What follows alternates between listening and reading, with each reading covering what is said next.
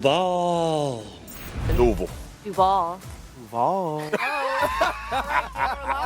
Careful. Duval.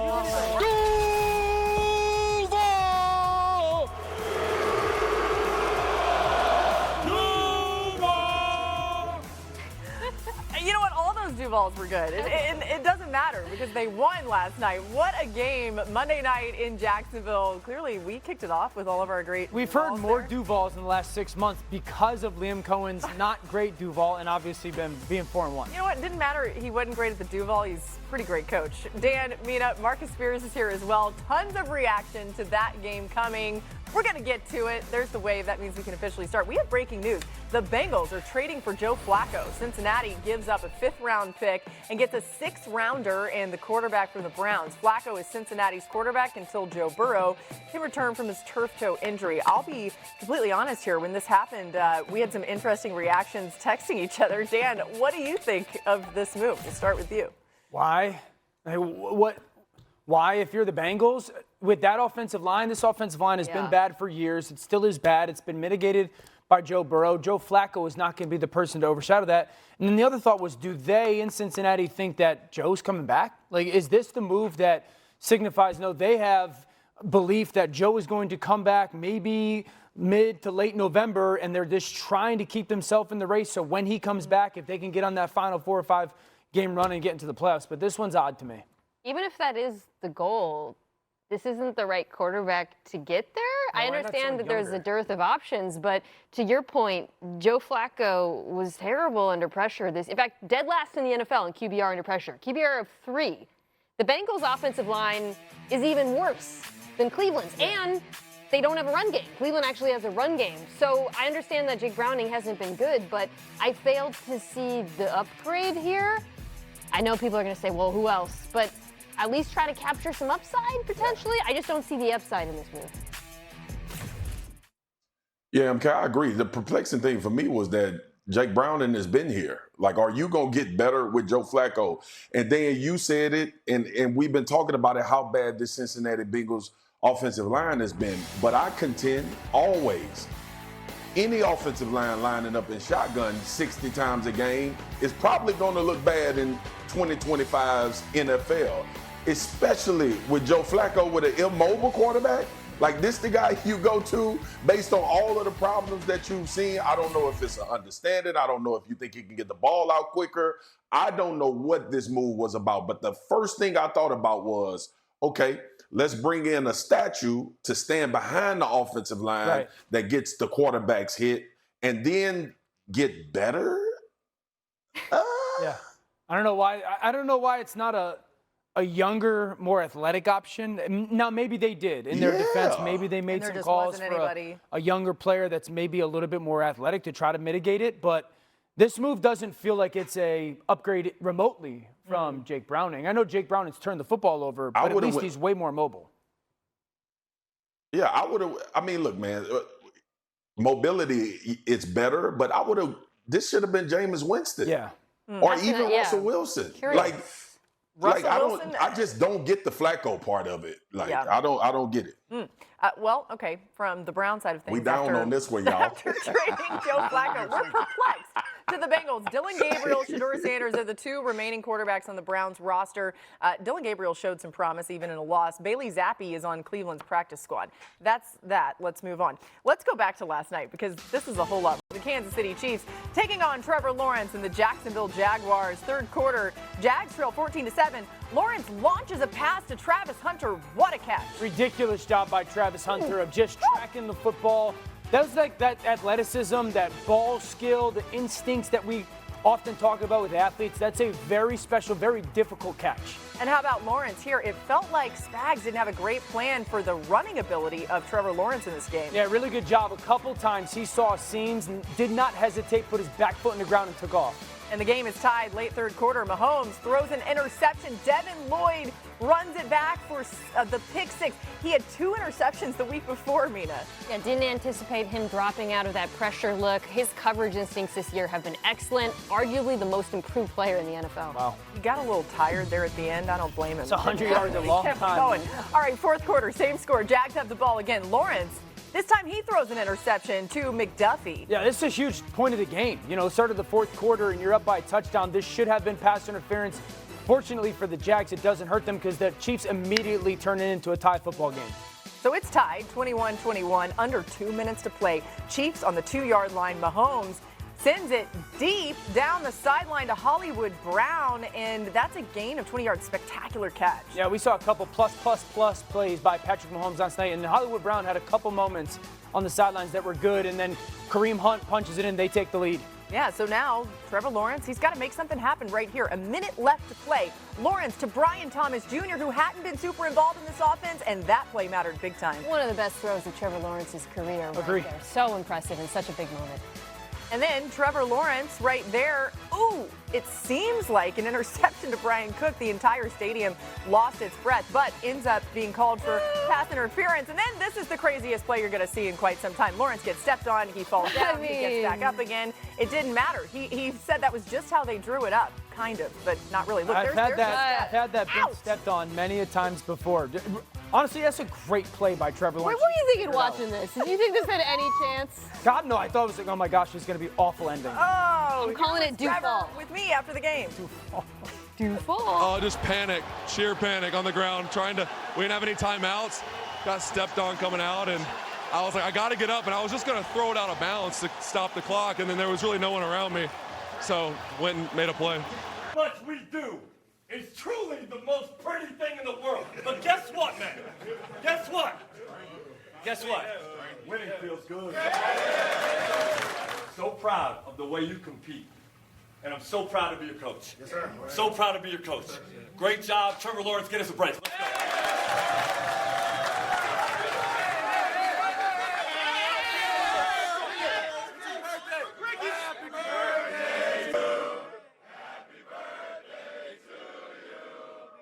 Let's go. Yeah, he turned 26. Trevor said he had a lot of cake waiting for him at home. Super young. It's a good reminder, right? It feels like he's been in the league for a long time, and he has in some ways. But 4-1, the Jaguars off to their best start since 2007. They've been doing their work in the trenches. Jacksonville ranks 3rd in pass blocking, 2nd in run blocking this season, and their +8 turnover differential leads the NFL. Last season, the Jags were -15 in turnover differential, 4th worst in the league. It was interesting, too. They did not have their starting center for a large majority of the game. Robert Hainsey went down, and put the quarterback under center, run the football, have a little play action, a little balance through offense, goes a long way. What did you see from Trevor Lawrence specifically last night? Honest question, when was the last time the Jaguars won a football game because of Trevor Lawrence? Because of his performance. 2023? A while. Yeah. Last night was the first time in a long time I feel like he played with edge, he played with attitude, he played with confidence and moxie. I go back to that interaction with him and Liam Cohen on the sideline in the Bengals game and what was it and whatnot. And for feels years now, we've been begging Trevor Lawrence, don't be so robotic. You're a freak athlete. Take off with your legs and be impactful to the game. That's the story of the game. I think it's the story of the moment last night heading for the rest of the season. That this was the first time he played with attitude and edge, and you saw it with his decision-making and him taking off with his legs.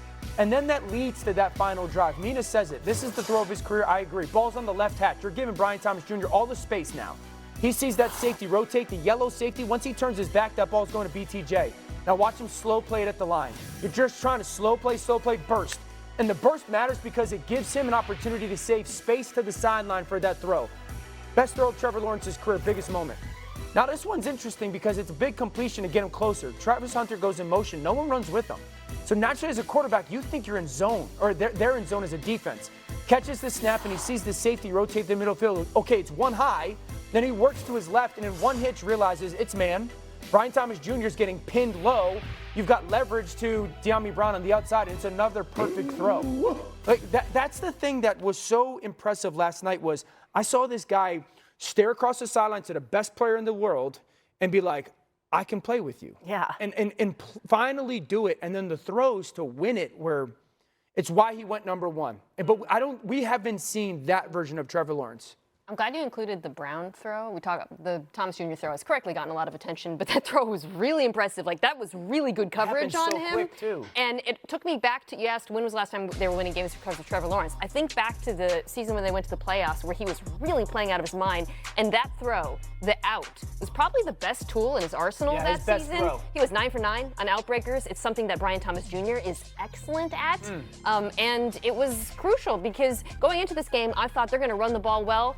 The Chiefs sold out to stop the run on a lot of occasions and said, Trevor, beat us, throwing outside the numbers, and he did. Yeah. I think that's really encouraging. I'd like to see more downfield targets to Travis Hunter because you saw him rewarded just for the it. ball skills. The ball skills are unbelievable. Even if the route running's not there, I don't care. His willingness to be a runner.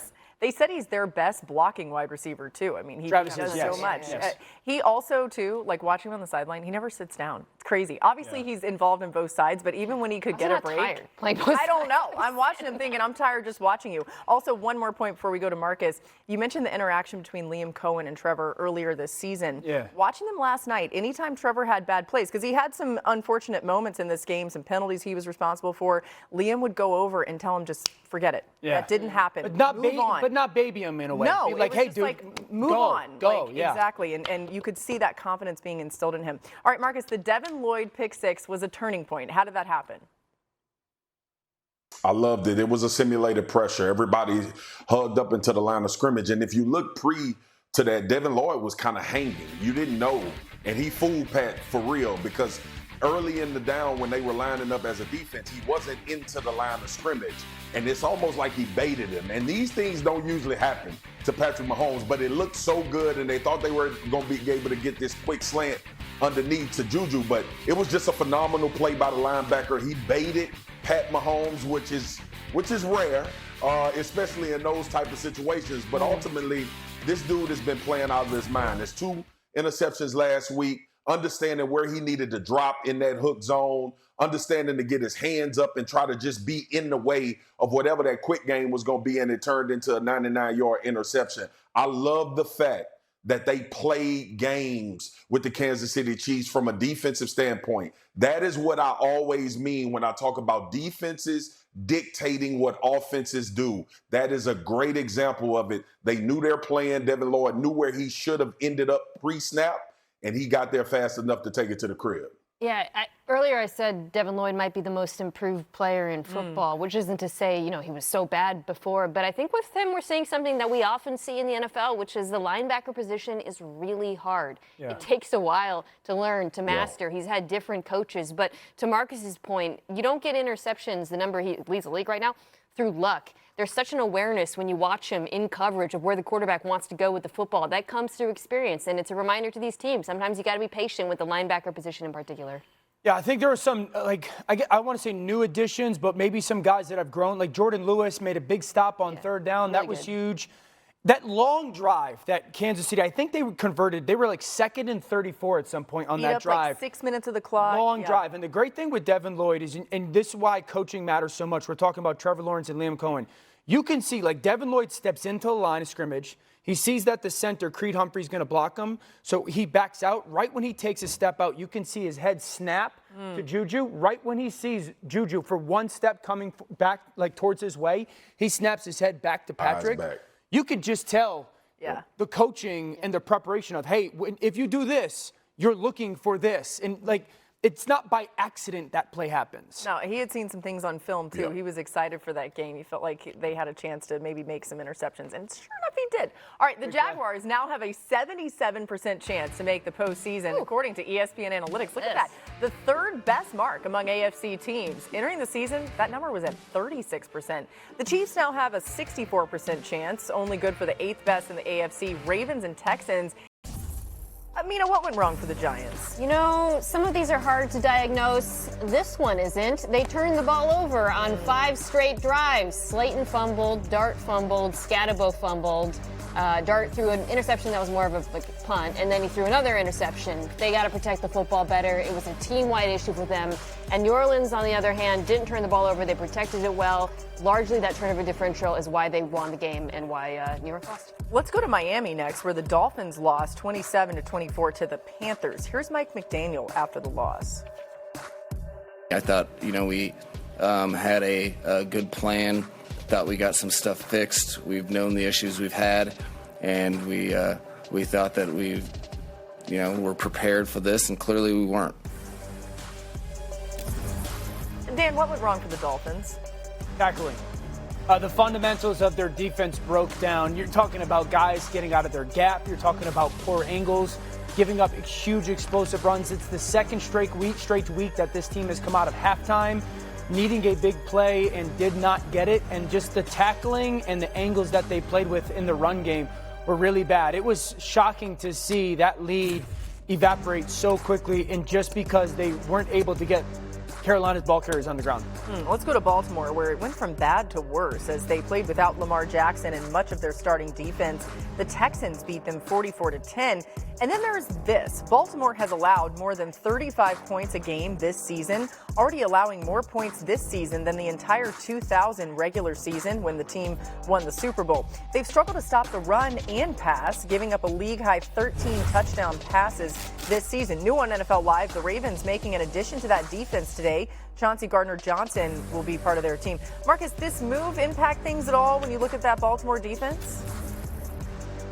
Boogie, it's so many issues. What it helps with is the injury. Obviously, Kyle Hamilton being out. You got Malachi Starks, who's a rookie on the back end. So Chauncey Gardner is going to bring some experience. He's a former Super Bowl champion and plays well. He's abrasive, and I think that's why he hasn't stuck with teams. But ultimately, the dude has made a tremendous amount of plays in this league, and hopefully, he can bring his mentality on the field, and it can reignite the Ravens in some kind of way. But more importantly, it's just so many guys down and missing, and a safety that has shown to play well was available in the Baltimore Ravens when it made the move. Yeah, that's interesting. Maybe it does bring a spark to a group that certainly is not at full strength. All right, still ahead. Bills taking on Michael Penix and the Falcons at 7 Eastern on ESPN and ESPN Deportes. And the Bears-Commanders coverage begins at 8 Eastern on ABC. They're also available on the all-new ESPN app, so you can watch both starting at 8. New on NFL Live, Marcus, you're going to love Mike Tomlin talking about tight ends today. Fanning is an oversized athlete. I think you box him in when you view him as a tight end.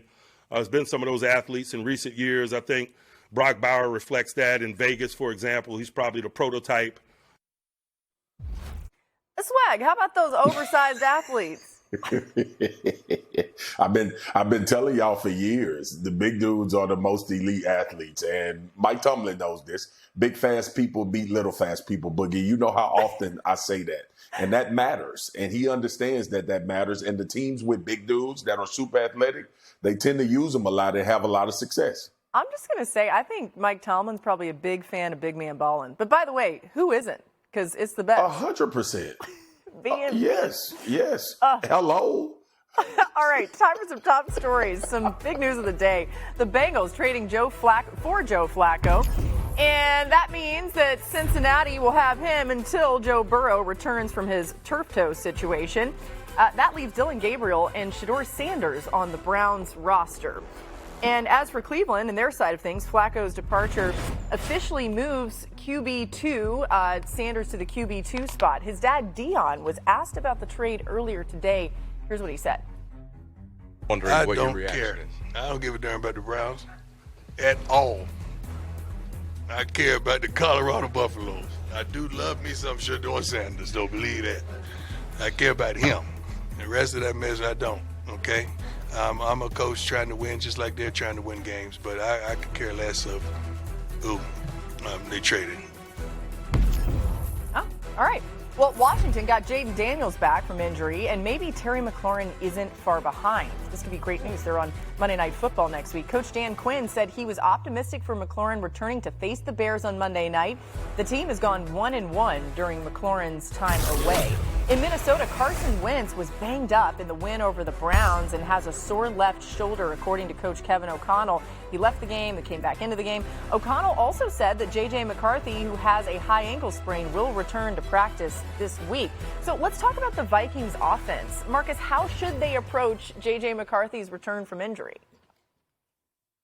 Boogie, we talk a lot on this show and we break down a lot of football. I just don't see how you can go away from Carson Wentz with the success that you've had. And I know he had the 2 interception game, but he used his legs in this last game against Cleveland. Cleveland defense is really good. And for this team to be able to pull a win out, I think was significant, especially with Carson Wentz being at QB. We saw the day that Justin Jefferson had as well. And look, I know that they drafted J.J. McCarthy to be the future of this football team, but I also don't believe you can watch and think that you have a better opportunity to win with Carson Wentz and just throw caution to the wind and put J.J. McCarthy back in if he's not ready.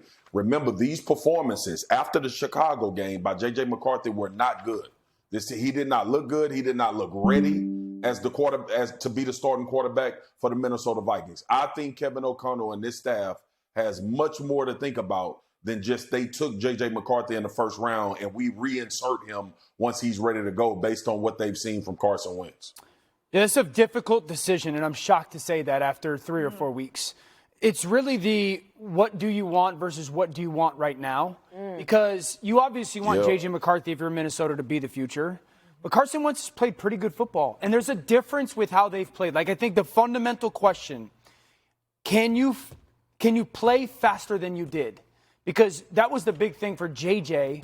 was he just was playing slow. And just look at, like, the metrics. Carson Wentz plays significantly faster on early downs. He plays relatively faster on third down. He plays significantly faster in their play-action game. In the drop-back game under center, 2 seconds faster. And so my thing with JJ in this situation is, like, does Minnesota think that those numbers will have been sped up when he's been rehabbing? You know, it's not like they gave him a break for 3 or 4 weeks. He's been rehabbing an ankle injury. Did he speed up his pace of play while rehabbing the ankle injury? That's the question. I think they have to figure out, can he speed up his pace of play through playing? Or is it something that he's needing, that they feel like he has to work out on his own? And this is a young man who spent an entire year not playing. I think he has to play. I think he has to play because you're not going to give him enough reps. And I would do it for 2 reasons. One, developmentally, it would be helpful. Actually, 3 reasons. 2, you have a coach with absolute job security in Kevin O'Connell. This is not like, we got to win now. Obviously, this is a contender of a team if they get decent quarterback play, but I don't think there's that pressure on him. And then the third thing is, I think when he returns to play, the situation is going to be better than what we saw in those 2 weeks when he did struggle. I think having Addison back, I was thinking about this watching the Browns, it's massive. The Browns, once, he didn't play the first quarter, I think he was benched. Once he was on the field with him and Jefferson, you saw them playing way more cover 2. I think that's going to open up things for the run game. You're getting Donovan Jackson back on the interior. We'll see when Brian O'Neill comes back. Regardless of who's playing quarterback, I think this is a football team that has to run the ball and run the ball better than they did in the early part of the season. And I think that's going to happen. To me, it provides a better infrastructure for J.J. McCarthy once he does return. It's also, who do they truly believe they can be in December? Right. Because they might sit there and say, Carson's played well, and you can make the case that They're not winning playoff games. Do they think that they'll be a better team come that December playoff run after JJ's maybe had 3, 4, 5, 6 starts under his belt? He's got a little bit more of an understanding of the speed of the NFL pass rush and how much faster he has to play. It is a little bit of a dice roll, though. It's not a clear-cut choice. And, Marcus, the hard part is, like, if you don't play him right now, what are you adding, another year before he plays again? I mean, you just keep adding time to his time off.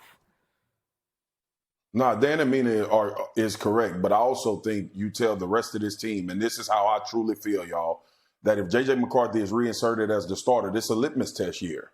This is not a year where we're going to compete for a championship.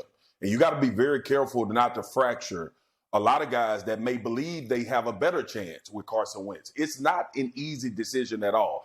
And I wanted to ask you this, Dio, how much of the rehab of Sam Darnold you think plays into the mentality and the thought process with Kevin O'Connell and this staff, this offensive staff? Yeah, I think that Kevin O'Connell and his offensive staff believe that the parts around the quarterback really are one of the main reasons why quarterbacks play well. And so they think a lot of quarterbacks can go and play well there, and that's probably accurate. And so I think that there's a reality that, okay, Carson Wentz, he's experienced, he knows a lot of the NFL game, NFL defense, and so they think they can win a lot with him. I'm curious to hear Marcus say, that if they go with J.J. McCarthy, it's not a championship caliber year. I still absolutely believe he's got to play better and he's got to play faster. Yeah. But I do think that this is still a championship caliber football team if he gets better, if he plays better. I realize it's a small-ish sample size, but the Vikings have averaged more than 9 offensive points per game in Wentz's 3 starts than McCarthy's 2. So 9 more points makes a big difference when it comes to Addison and Darrisaw are big parts of those 3 starts. All right. Coming up, Chargers, Oweh in the final year of his current deal. And then the Ravens get safety, Odafe Oweh in return. The teams also swapped late-round picks. Mina, this really sticks out to you as a fascinating football move. Why? Yeah, it tells us a lot about what these teams think about their needs and their rosters. So from the Chargers standpoint, let's start here. Gilman was a starter, and I thought he was playing well this year. But they must have felt with Khalil Mack hurt, they desperately needed pass rush, and they like Elijah Molden to fill in on the back end. Meanwhile, on the Ravens side, I mean, they got needs everywhere. This, to me, is a vote of confidence in Mike Green, maybe, the second-round pass rusher that they drafted this season. But now you have more safety depth. You have Starks. Hamilton is injured, but he'll come back. It's not a serious injury. I wonder, with the issues that they're having at linebacker, if they think we're going to play, I don't know, more big nickel, more. I mean, they might have to mix up their looks in the back end. But this is a really fascinating move from a Ravens pass rush that has not been getting after the quarterback. Yeah, from a right now perspective, if you look at the teams that are playing at a level that will be in the playoffs in the AFC, the teams that jump out are Buffalo, Indianapolis, firmly believe Kansas City's going to get there, Jacksonville. They're all a little bit more run-centric than they are pass-centric. Now, Kansas City kind of on that line. This for Baltimore, on the outside of looking in playoff-wise right now, I don't think it does anything for their run defense, which has been an issue. Yeah. Their secondary has been a problem as well. I don't know if it changes that much. Really quick, I find it odd. There's a little bit of a long-term aspect here. They exercised Oweh's 5th-year option. This suggests clearly that they didn't want to give him a big contract next year. So maybe the feeling was like, he's going to walk. Let's get a good player. So they add safety Gilman. Aloha Gilman. and C.J. Gardner-Johnson today in Baltimore, Yes, right? they did. Yeah. They're making moves. All safeties. Really fast. You guys think the Harbaugh brothers got on the phone to make this That's trade? really I'm sure funny. that's I didn't even and think the about that GM, aspect of it. the general manager for the Chargers is from the front office. That's right. of That's Baltimore, right. so, Yeah. sure. I don't know. That's really funny. The nitty gritty is so interesting. All right. Elsewhere in the AFC, let's talk a little bit more. Not expected much from this AFC South this season. And then look at this. The Texans had the best chance to make the playoffs entering the season at just north of 50%. But a pair of 4-1 starts from the Colts and the Jaguars have both put themselves in great playoff position. We haven't seen multiple playoff teams from the AFC South since the 2020 season. Mina, we've talked about Shane Steichen and Daniel Jones turning around the Colts offense, but how has this Colts defense changed? Man, they're not the best defense in the NFL, but they're one of the most interesting this year. And obviously, defensive coordinator Lou Anarumo was a big part of why. Dan, a couple things jump out, and a lot jumps out to me, but 2 things. One is just the ability to change game to game and individually game plan for opponents. I know you're going to get into that, but like last 2 weeks, man, like you go from the Rams, obviously you're playing a ton of zone against them because you're worried about them beating you out over the top. Then in the first half against Las Vegas, team without Brock Bowers or much threat at receiver, 70% man coverage. So that flexibility is something that Lou Anarumo has really brought to a unit that you remember under Gus Bradley pretty much just played cover 3. Then the other thing I wanted to highlight, they throw so much at you in pressures, like different styles of pressures.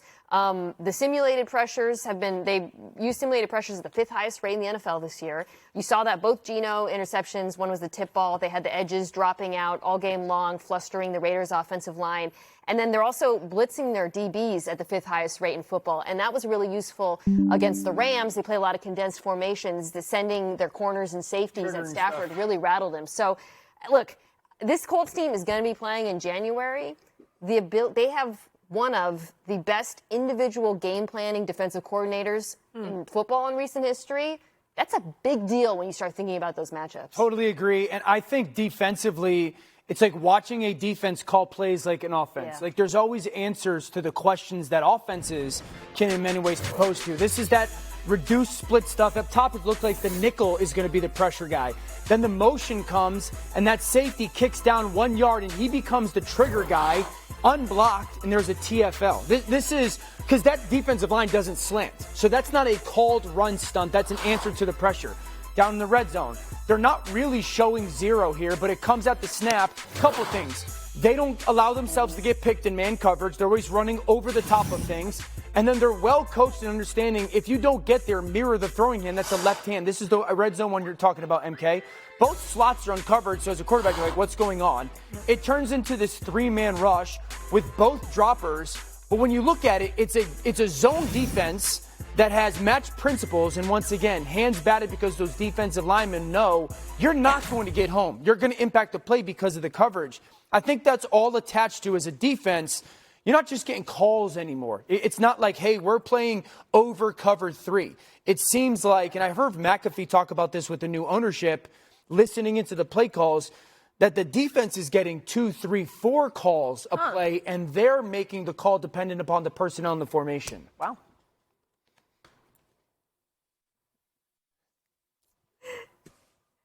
That's how you just did that. That's now a pantomime show. But we're no longer talking.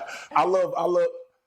No, both of y'all are right. I love the corner pressure. MK, you brought it up, and it reminds me of when Lou Anarumo was obviously in Cincinnati, and he would use Mike Hilton in this way to speed things up for quarterbacks. But this was the one that I enjoyed the most, is bringing this slot corner off, pressuring Geno, and fooling him into thinking that vacated area was going to be his hot read. I think they do a phenomenal job, like you said, Dan, calling plays like an offense to dictate and determine where the ball is going to go, and then having these guys make plays on it. But that was one of those plays that reminded me of when we talked about the Cincinnati Bengals going to Kansas City and having a tremendous amount of success. Yeah. It was a lot of corner pressure, and Mike Hilton was the main guy that he used a lot in pressuring quarterbacks because he blitzed so well off those edges. And bespoke game plans for elite quarterbacks. I mean, just put a pin in this. This is gonna matter in January. Yeah, I agree. I agree. Bespoke game plans is something only you get from Nina Kimes. The best. All right, continuing in the division, the Texans are trying to turn things around after they started their season with 3 straight one-score losses against 3 top teams in the NFL: the Rams, the Bucs, and the Jags. Those teams are currently a combined 11-4. So since they've won 2 in a row. 2 dominant wins against the Titans and a depleted Ravens team. Those squads have combined 2-8. So, Dan, did the last 2 games make you a believer in the Texans turning things around, or is it just their competition? Offensively, I'm so much more encouraged. First of all, the AFC South has become a gauntlet. You know, it's crazy. Defensively, it's the best unit we don't talk about, but the connectivity of their offense is changing. Okay, 6 offensive linemen. It's a wave in the NFL. If you're not doing it, you're missing out. And that's allowing just them to fire off the football. 2023, it was this awesome under-center play-action breakers. We haven't seen them in the first 2 weeks. We've started to see them a little bit more in the last 2 weeks. And then their backs have been so good. Nick Chubb, I have no idea how he's doing it, but he's like their inside running back. And then this rookie, Woody Marks, is a really nice player out on the perimeter. And I think they need to get him more touches. The defense is violent. They go downhill. It's the best unit in the NFL that's not getting enough attention. But I'm so much more encouraged with the style of offensive football that they have tried to play and played in the last 2 weeks than they did the first 2 or 3. I want to believe. Opponent. I'm with that. Some busted coverages, guys wide open, the under center. It felt like CJ Stroud must have felt the best he's felt in this game in like 2 years. But we've been wondering where's the under center play action, where's Nico Collins on the deep digs that he's so good at. And you certainly saw it in this game. Granted, again, they were so unchallenged up front, it was hard to get a feel for it. But I think your point is good, which is that this defense is so good, and they've been so good. I'm put on the Rams tape, by the way. That they made Matthew Stafford work for every single yard. The offense doesn't have to be great. They just have to be competent. And if this is a step towards competency, then I will believe in this team again. But I really want to see them do it against legit. A real opponent, real defense, But I'm at least encouraged by what they're trying to do. Yeah. They've been doing this without Joe Mixon, too, by the way. Nick Caserio said this morning Joe Mixon's making progress, but We're back on NFL Live. What a week it was. Okay, there were 6 double-digit comebacks in Week 5 alone, tied for the most in a single week since the 1970 merger and most in a decade. And for the whole season, we've now had 17 games decided with a go-ahead score in the final minute of regulation, also the most since the merger. The final comeback of Week 5 came on Monday Night Football. Let's take a look back. Obviously, things didn't start off great for us. Got in a 14-point hole early, and we just kept battling, kept fighting. Picked off. Devin Lloyd down the sideline. Pick six. A minute 48 to go. Andy Reid's team down 3. Hunt in for the touchdown. I thought this was a great opportunity to show everybody what kind of team we are. First and goal with 30 seconds left. Lawrence goes down, has to get up. Breaks a tackle. Touchdown Jacksonville. Jaguars win it. They'll be partying in Duval County tonight. When you see that, it's a reminder that the Chiefs were ahead. If Trevor Lawrence doesn't orchestrate an incredible drive there that had its highs and lows, they would win. Mina, are you concerned about the Chiefs' offense, though, after last night? The opposite. I feel as good about this offense as I have in quite some time, for a litany of reasons. But you guys, I like to use success rate because it accounts for down and distance. Last night, the Chiefs had their best offensive success rate in a single game since 2022. That's crazy, but I believe it. And they were explosive. You saw that. Obviously, they had three deep balls to Thornton. But it felt like they were moving the ball on Jacksonville at will. There's a bunch of things they did. We were talking about it. They were running the ball well. They were using more play action, which has been now the last 2 weeks. But to see them do that, and then remember that Rashee Rice is returning to this team in 2 weeks, which gives them such an important answer against zone coverage. This Chiefs team moving forward is going to be an offense-led team, and this offense is completely capable of being a top 5 unit again. Totally agree. They would have scored 35 on the road versus a 4-win team if not for the pick 6 with 13 penalties, okay? So I completely agree. So encouraged in the last 2 weeks by what they've done offensively. I think the reason why they're 2-3 is in part because this defense can't get off the field on third downs in the second half of losses. If you watch this defense in their 3 losses and compared to their wins, it's crazy. So in their wins, opponents on third down are 0-10. Wow. In their losses, they're 50% conversion rate. So you're just looking at a defense that for the longest time, because I was thinking week 1, Chargers went down the field and sealed the game. Last night, Jaguars go down the field and win the game. And it's shocking to see a defense that has for the longest time had the closer of a Chris Jones or a Karlaftis or a Snead making a play or a Justin Reed making a play. I don't know if they have that person right now that is playing up to their level. Chris is obviously a Hall of Famer. But do they have that guy on third down in the second half, in the fourth quarter with the 4-point lead, and it's 3rd and 8 to go make the play? I don't know right now if they have that person on a consistent basis. Yeah, Dio, I agree. And obviously that's been Chris Jones for a lot. I think last night, too, it kept coming to me. L'Jarius Sneed was a guy in those situations as well, especially when you look at the pass coverage that's taking place in these close games that they've lost. I know L'Jarius has been gone for a while, but that lockdown corner who we thought McDuffie would turn into, which is he's still a very, very good player, but teams have been able to make plays down the field. That's not my issue, though. And I know that I'm probably going to get some flack about this, but I hated the pressure on 3rd and 13 by Spagnuolo in the red zone. I just did not think it was necessary in that particular situation. I know what you're thinking. Get the ball out of his hands quick. Let's try to create an incompletion. But these one-on-ones, you have been losing all night with Trevor Lawrence and these wide receivers in this particular situation. You had 2 plays. It was 3rd and 13. It was 2 plays to keep them out of the end zone, and you gambled with a pressure instead of. You think he was thinking about Trevor's legs, Marcus? You thinking he was worried about his legs? I think he was. Well, I think so, Dan. But when he went to spying with Leo Chenal, they started doing a better job with that. I just would have preferred let's play a gate around the end zone and let's get to 4th down and try to stop them as opposed to taking that chance on the 3rd and 13. I would have rather them go 13 yards in 2 plays as opposed to giving up that big PI late in the game like that. Yeah, the Chiefs are favored in all the remaining games, by the way. Wow. So against the Lions? Yeah, as of right now, that could change. The Chiefs are fine. Something to keep an eye on. All right.